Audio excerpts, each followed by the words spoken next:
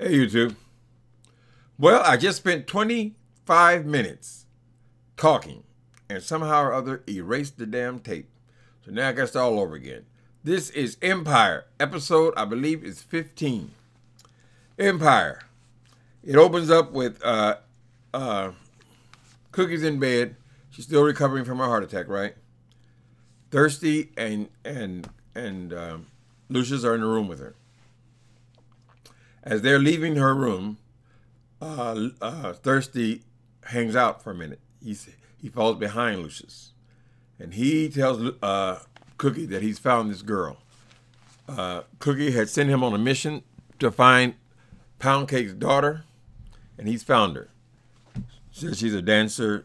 She's at NYU, right? Cookie's telling them, make sure Lucius doesn't know anything about it, because Lucius doesn't want her doing anything but getting better, relaxing. He would be furious if he knew she was out here looking for this girl. But Thirsty, when these people run out of ideas and they run out of storylines, I think Thirsty going to end up getting crossed up, because Thirsty's thing is he keeps secrets from these two. At the same time, he's keeping secrets from Lucius about Cookie. They're working together on something. Same time, he's working with Lucius and is not supposed to tell Cookie that he's working on a plan about Eddie. They've got to deal with Eddie, but he don't want her to know anything about it, right? And Thirsty promises them both holding water. All right.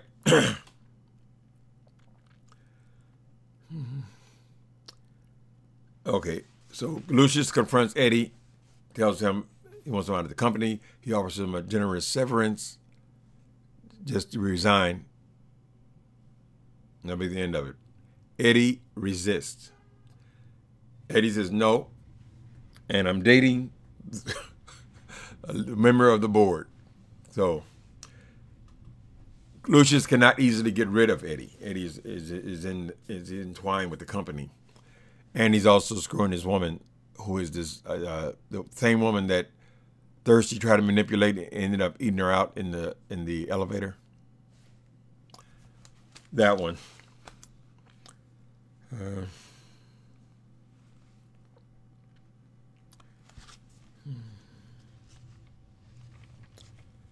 she tells Maya.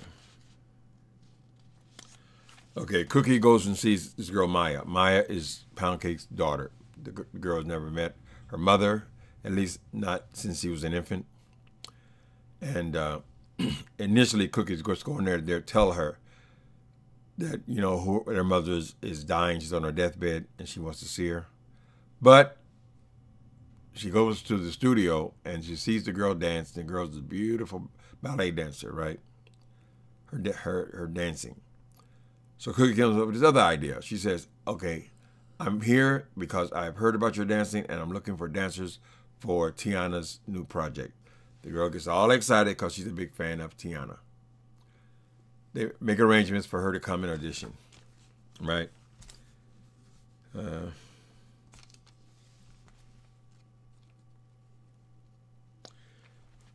Eddie, who's been in charge of Tiana, throws Tiana this big party, right? Because she's got a #1 record. They don't tell Lucius about this big party. I think it's at Leviticus. He walks in on it, of course. But she's got this hit, and then she does her performance, whatever. I don't particularly like this song. But it's #1. So let me see what happens there.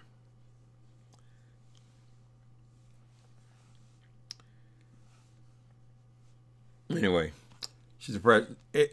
Lucius, he's getting a little jealous because now this guy he's fucking, first of all, he's seeing one of the members, a key member of the board, and he's got a #1 hit with Tiana. And I think the other project is Tori's project. One of them. Another project is #1 in albums.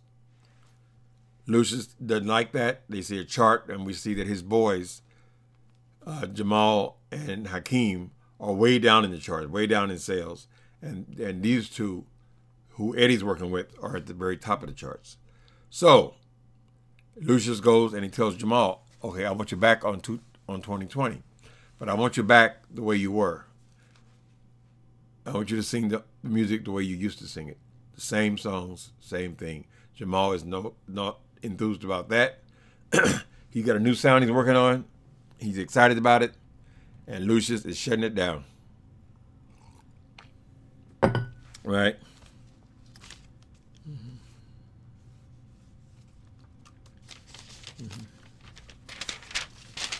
So Jamal's telling him no. If I can't do it my way, I'm not doing it at all. He walks out, leaves Lucius hanging. Then Jamal and Tori, they hatch this other plan. Because Tori doesn't like the direction that Empire wants to move her in with this R&B sound either. So they said, well, why don't we just do it under assumed name, or I guess not in their own names. We'll take our pictures off of it, our names off of it, and just let the music be the music. Now, I'm not sure of exactly what they're up to, because are they saying they still want to be on 2020, but anonymously? I don't know how that will work, but that's their plan. And Tori has knowledge of this other rapper, looks like some kind of Spanish guy, who is a tattoo artist, right? So her and Jamal go and see this guy who's this great rapper, who's also a tattoo artist. They go to his salon. He is doing this thing that they always do in drama, always in television. Initially, he is not interested, right? Oh, I don't want to compromise my art. Oh, I don't want to meet no lions. Which in real life, you know, any of us get an opportunity, if we're in that business and we're nobody, we get an opportunity to record it, make a record. Of course, we're going to be excited about it. But they always start off with their resistance. No, I don't want no spoiled boy coming in here telling me what to do and all this kind of shit. And inevitably, they always come around. Anyway, they go to this guy's salon. She gets a tattoo on her ass because he wants to be paid his whatever, $200 or whatever. So he said, you can pay me and then leave. Get out.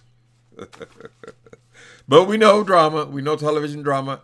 They always end up together. Okay. Andre goes on an apology mission. He has talked to his pastor who advises him. And the pastor has told him that you've made amends. You've confessed your sin.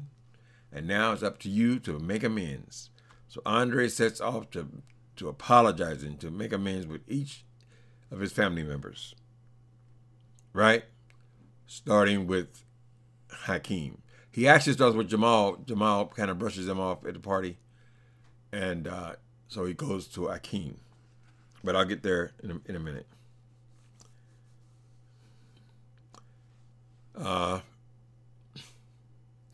Hakeem, this guy, this other rapper he's working with, I guess he's an Italian guy. The white guy that Hakeem and him hooked up last week, the guy has this plan about having this big basement party. And he takes Hakeem to this basement and said, we could do the project here, have a basement party, right? But it's not totally figured out yet because this guy's new to the company and all that. Well, while they're in the basement, looking at this huge basement that this guy has suggested they have a party in, Andre walks up on him, right? And he likes the idea. And so now it's him and Hakeem working on this big basement party to present Hakeem's new project. Right? It's graffiti on the walls, but it's a big place. It's a gimmick. But he has Hakeem's attention again. So Hakeem said, all I want is the #1 hit. So forget all the other bullshit about you murdering our daddy.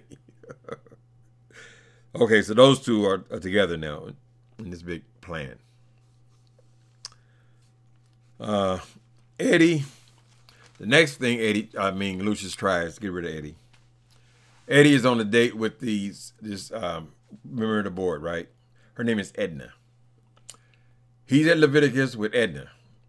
Lucius has made arrangements for all 3 of Eddie's ex-wives to show up at the same time she's there. And each one of them takes turns coming over to them and speaking what she can hear about all the money that Eddie owes and owes them. 1, 2, and 3. And then they're snappy, but one of them girls is really snappy. She tells this girl, look at this crowd, talking about the wives. Is there somebody who doesn't fit here? Because she's a big white lady. She doesn't fit with that crowd at all. The other ones you can say, okay, but this is his type. And so she gets her feelings hurt. And plus she realizes she's a mark. And so she leaves Eddie at the hanging, shall we say. He's saying, I'll call you. And she says, you can try. All right. So that love affair has come to a crashing halt. This was Lucius's plan. Wait a minute. Next, Eddie tries to make a deal with Shine, who owns, apparently, 25% of Empire. Now, that's a big percentage. I didn't realize he was into it like that. So, Eddie wants to deal with him because he owns 25%. It didn't work out with the lady, but now he's trying it with Shine. Shine pretends to go along with the idea. He goes right to Lucius and tells him what's going on.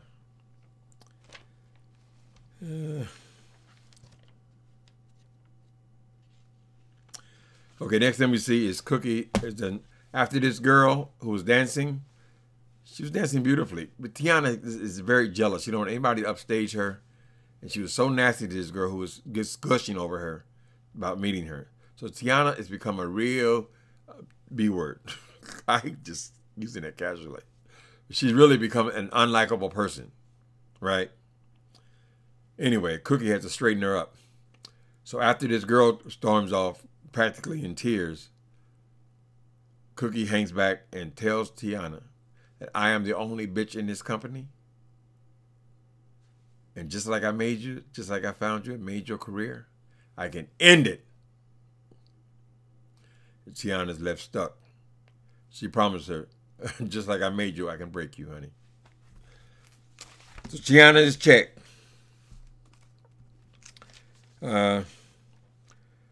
Cookie catches up with Maya, and she tells Maya why she was really looked her up, that her mother wanted to see her. Of course, just like in most dramas, she don't want to see her. She calls her a crackhead, murderer, whatever. Cookie tries to explain, and then in her conversation, she says that she's dying. Expecting, okay, she's dying, I'll go see her. No, that don't happen. Let her die. She was dead to me years ago. And she storms off. These people can so easily walk away from Empire, you know. So I have a feeling we haven't seen the end of that. But for the moment, she doesn't want to see her mother in any conditions. So we see that this relationship with her mother, Cookie is understanding of this relationship she has with their mother. Why she didn't want to see her, because she has a similar relationship with her mother. So we see several flashbacks to when Cookie finally has a confrontation with her mother. Her mother comes to see her in prison. First, she comes with Carol, and Carol says, Mama's here, she wants to see you. And Cookie says, guard, this meeting's over. And so then they show the mother somehow or other just walking in the visiting room and hollering out Latitha, or whatever her name is, Laretha, whatever her name is. And the Cookie shines her, goes back to her cell.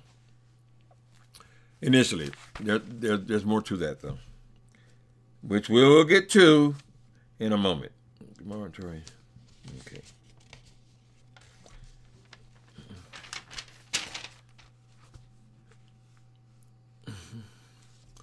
Okay, so Shine double crosses Eddie. They have a confrontation. Lucius walks in. Right, so Eddie thought he had Shine. Shine played it off like he was with him.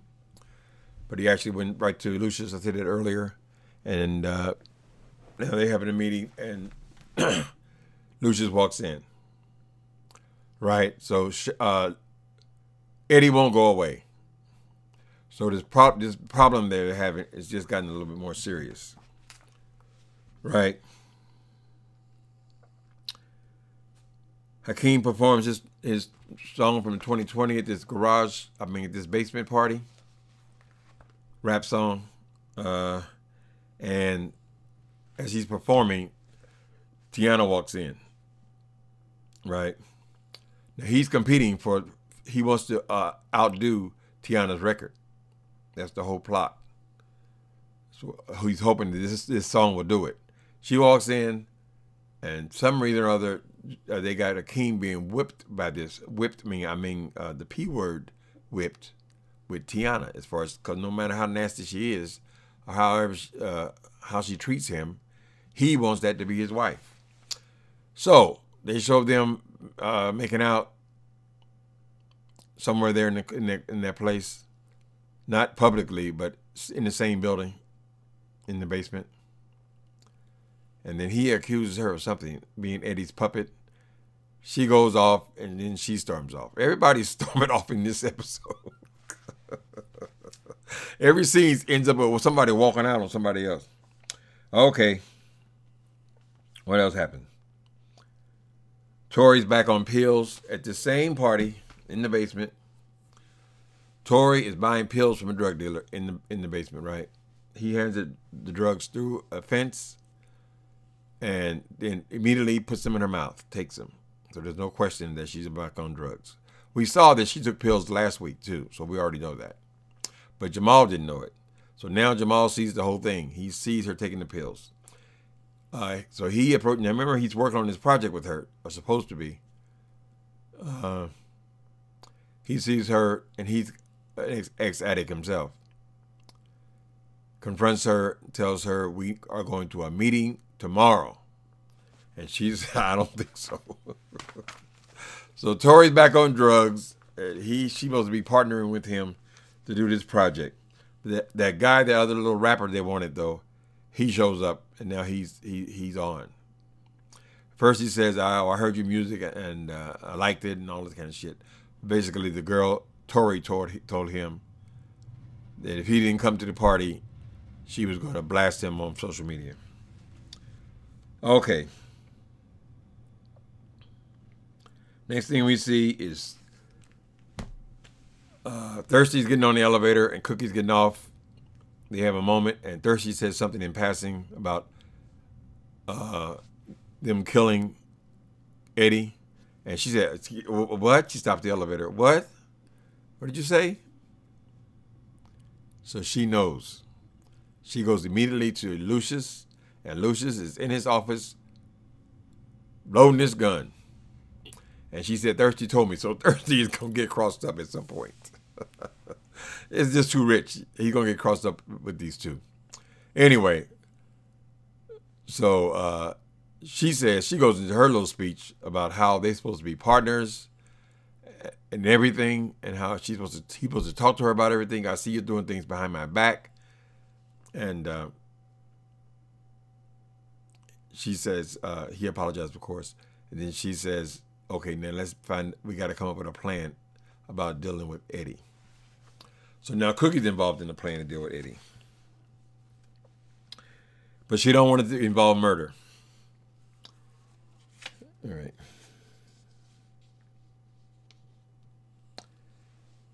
We see them, Cookie and Lucius, confront Eddie again. This time they have information about Eddie's past. Apparently Eddie has been giving his artist drugs, and one of them committed suicide, where he was involved in that. He was guilty. He had settled out of court, whatever. They threatened to expose him for all these things in his past. They blackmailed him. And they put these documents down, which I assume is his resignation from Empire. This time, Cookie gets right up in his face and watches him as he signs these papers that they've been wanting him to sign. But we know that Eddie's not finished, right? There is another scene to be played out. All right. Did I already tell you about Cookie's mama?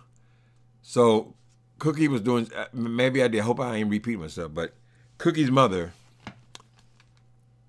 initially that she wouldn't meet with her, right? Her mother came back. She was telling her about how I know how it hurts to be without your children.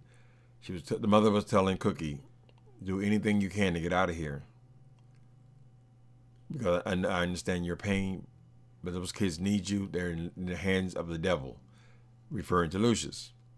Cookie is defensive of Lucius at that point. Don't talk about my husband and all this kind of shit. But the idea is planted because the reason Cookie is not in prison, remember she did 17 years, but she was sentenced over 30.